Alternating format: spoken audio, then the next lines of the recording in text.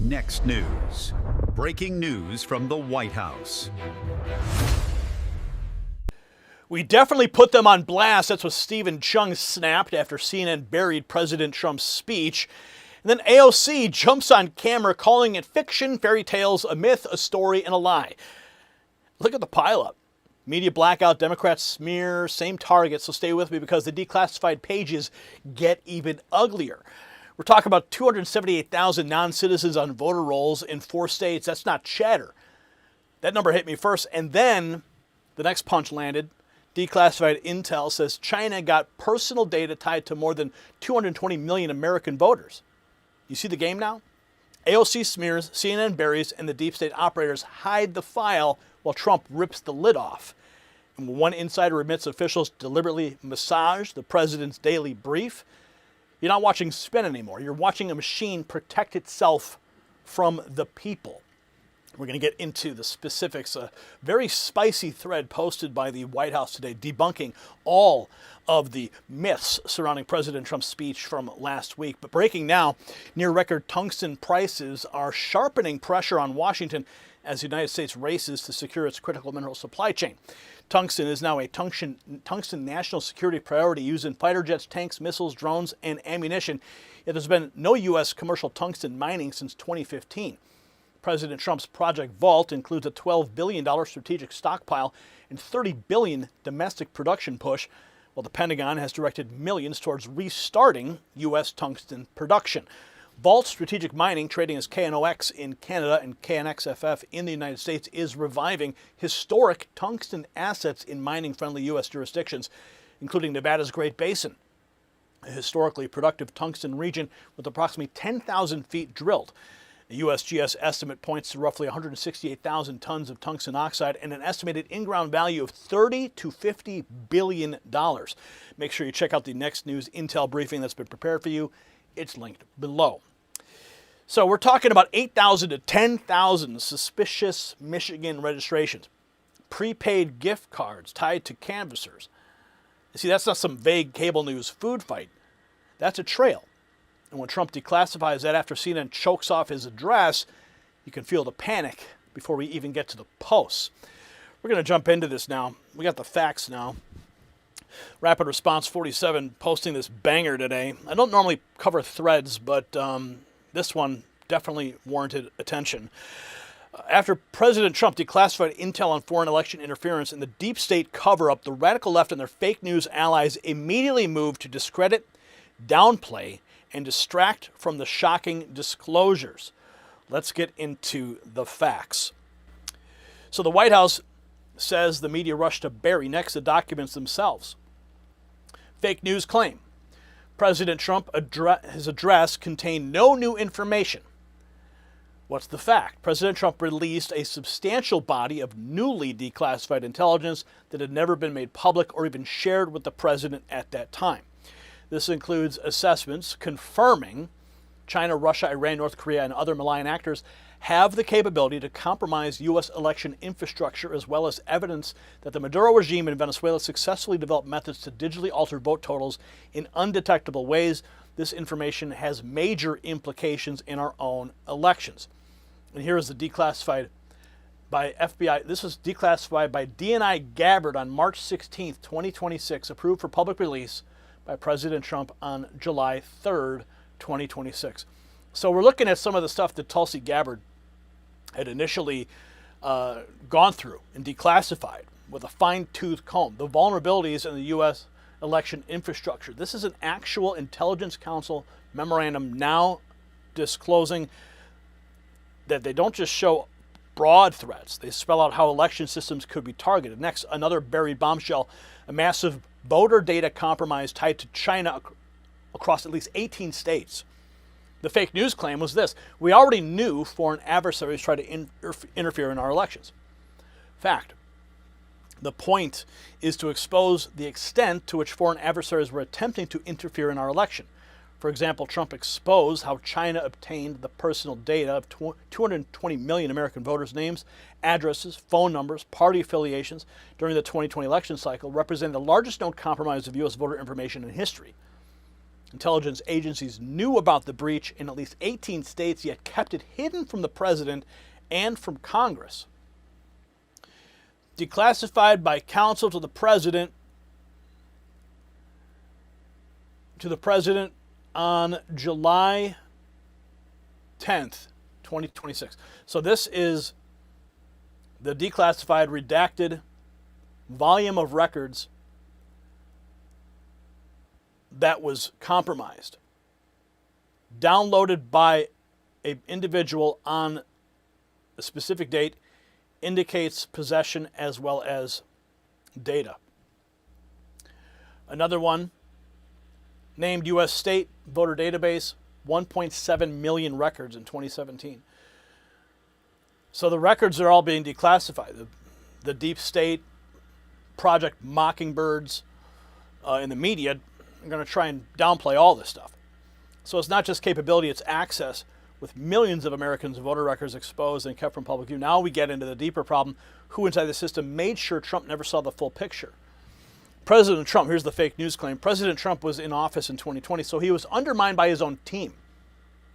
And Rapid Response says, fact, that's exactly the point. Deep state elements within the government withheld important assessments from President Trump. One analyst admitted to deliberately massaging the president's daily brief to keep election-related intelligence out, while an FBI official even described running a shadow government to prevent information from reaching the president. And here's the actual memo itself. All right? I mean, we've talked about the shadow government here. We've exposed it for decades. We've always known that one exists. Call it what you want, the shadow government, the deep state, the intelligence apparatus, whatever you want to call it. But now they're putting it in writing, inside their own emails, admitting to it, gloating to that fact, while they're keeping information from the President of the United States. We deliberately massaged one pending presidential daily brief to avoid any direct links to the election. Unbelievable. So that's the part the swamp can't explain away. Officials talking about massaging intel and even running a shadow government. Next, they zero in on the key point. The fake news claim there is no evidence that they were able to change the outcome of votes. In fact, this is a deliberate attempt to change the subject. In his remarks, President Trump did not make a claim about past elections. He exposed dangerous ongoing vulnerabilities in America's election systems that foreign adversaries have both the intent and capability to exploit, and revealed that senior intelligence officials deliberately hid this intelligence from the President and the American people. So it doesn't stop with foreign threats. Next, Michigan, where alleged voter registration fraud was buried for years. Here's the fact. Fake news claim there is no evidence of fraud or irregularities in our elections. Well, here's the fact. The declassified documents detail how clear evidence of fraud was deliberately buried. In one case, an investigation discovered Democrat-aligned canvassers in Michigan forged voter registrations, submitted applications for non-existent people, and received gift cards based on the volume of fraudulent registration they produced in the week leading up to the 2020 election. Despite the evidence, the Biden Justice Department slow-walked the investigation for years. This was approved for public release by counsel to the president on July 10th of this year. Sensitive investigative matter. The above caption matter is not a sensitive investigative matter. What? A brief general summary. FBI Detroit Field Office was informed that Michigan State Police, Michigan Attorney General, and Muskegon Police Department were investigating allegations of fraudulent voter registrations being submitted to the Muskegon City Council office. They determined the bulk of the applications. So these are the documents President Trump has released. So the press keeps changing the subject. Next, declassified records out of Michigan show canvassers tied to Democrats turning in fake registrations, and the Biden DOJ dragging its feet. The number of non-citizens on voter rolls is insignificant.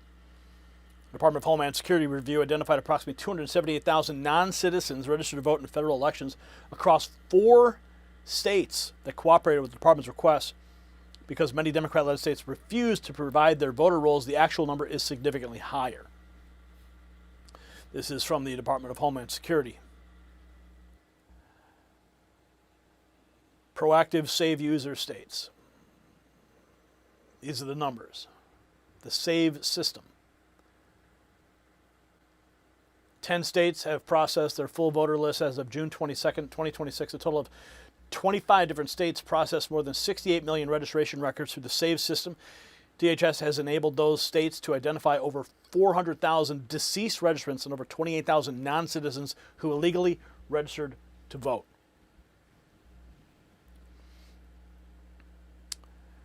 President Trump has directed ODNI, Justice Department, and CIA to investigate how the intel was hidden from the president and the American people, to hold those responsible accountable, including potential criminal charges. These disclosures make one thing clear: America's election system is broken and exposed, and that's why President Trump is calling on Congress to immediately pass the SAVE Act and safeguard our elections against exactly this kind of exploitation. And now we jump to AOC lying about President Trump's address on election integrity, calling it fiction, fairy tales, myth, a story, and a lie. I just showed you the documents. I showed you the facts versus the fiction. And AOC is continuing to push the lie.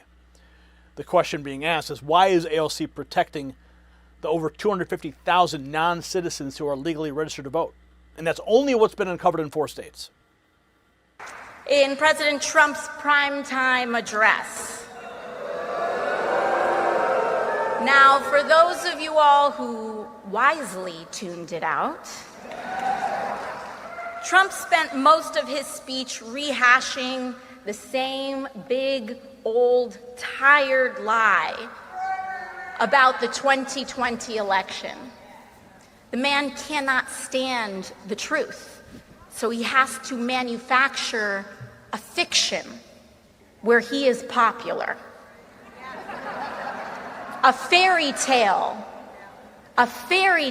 about America, where the majority of us fear our neighbors, where most of us think that this country is so much smaller than it actually is.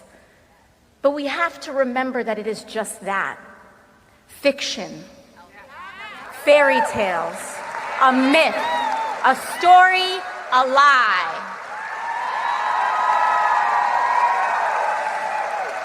These people are so dangerous. The truth is right in their face. And we have some good news, though. The D.C. Circuit granted a stay, allowing the United States Postal Service to continue its rulemaking to ensure the integrity of mail-in ballots in advance of the election, pursuant to President Trump's executive order. So, as you know, the U.S. Postal Service was going to play a key role. President Trump sending an executive order, making sure that no fraudulent ballots are sent out to people who do not deserve them. People have been fighting that. Democrats saying, no, we can't have that.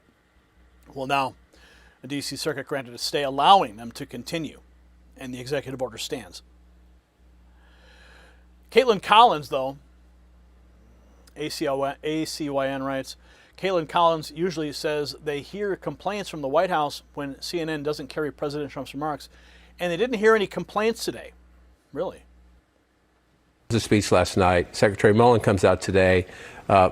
Republicans pretty silent. Republicans in Congress, even Fox News, not paying much attention to the speech. Did they feel they accomplished their goals?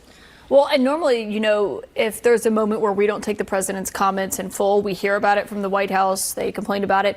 We didn't hear any complaints really today. I didn't, usually from officials that I've been talking to. And I think that says something, because even Republicans themselves, beyond the most strident allies of this White House, were really quiet and muted about what the president had to say last night. You didn't see a lot of them amplifying it, beyond the few who got briefings ahead of time about what exactly it was that the president planned to say. And I think that really speaks to whatever they were trying to achieve last night. If that was trying to get some of those Republicans who are not on board with the SAVE Act on board with it, they don't appear to have been successful with that, because people like...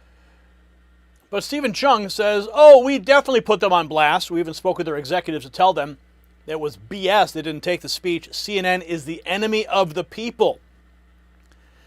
Stephen Chung clarifying that they did, in fact, contact the executives, correcting Caitlin Collins' assertions there. So the spin didn't last long.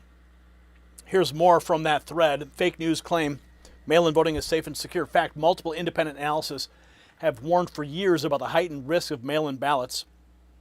The Bipartisan Commission on Federal Election Reform concluded that absentee ballots are the largest source of potential voter fraud. The MIT Election Data and Science Lab has noted that fraud appears more frequent with mail voting than in-person voting. A Heartland Institute Rasmussen poll found 21% of mail-in voters admitted to at least one form of fraud in the 2020 election.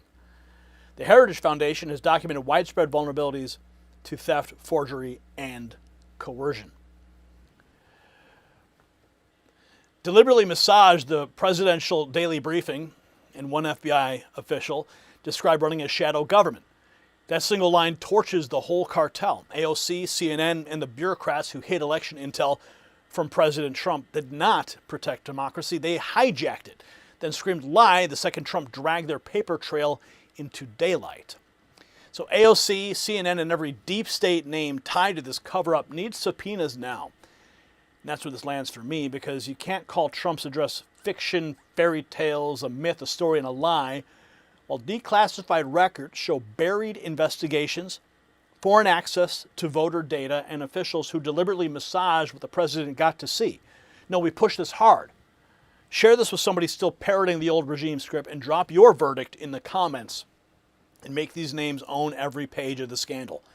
Trump cracked open the vault. Now the country needs prosecutions, clean voter rolls, mail ballot safeguards, and every buried file dragged into the sun. That AOC blackout is exactly why our White House channel matters tonight. Text White House to 844-840-4963. Next News Network is credentialed inside the White House, and we send nightly reports straight to your phone from inside the building, ahead of the crowd, and past whatever YouTube tries to suppress. The system controls information. Information control is power. They don't want you to see this. The truth only survives together. They don't want this. Share this now.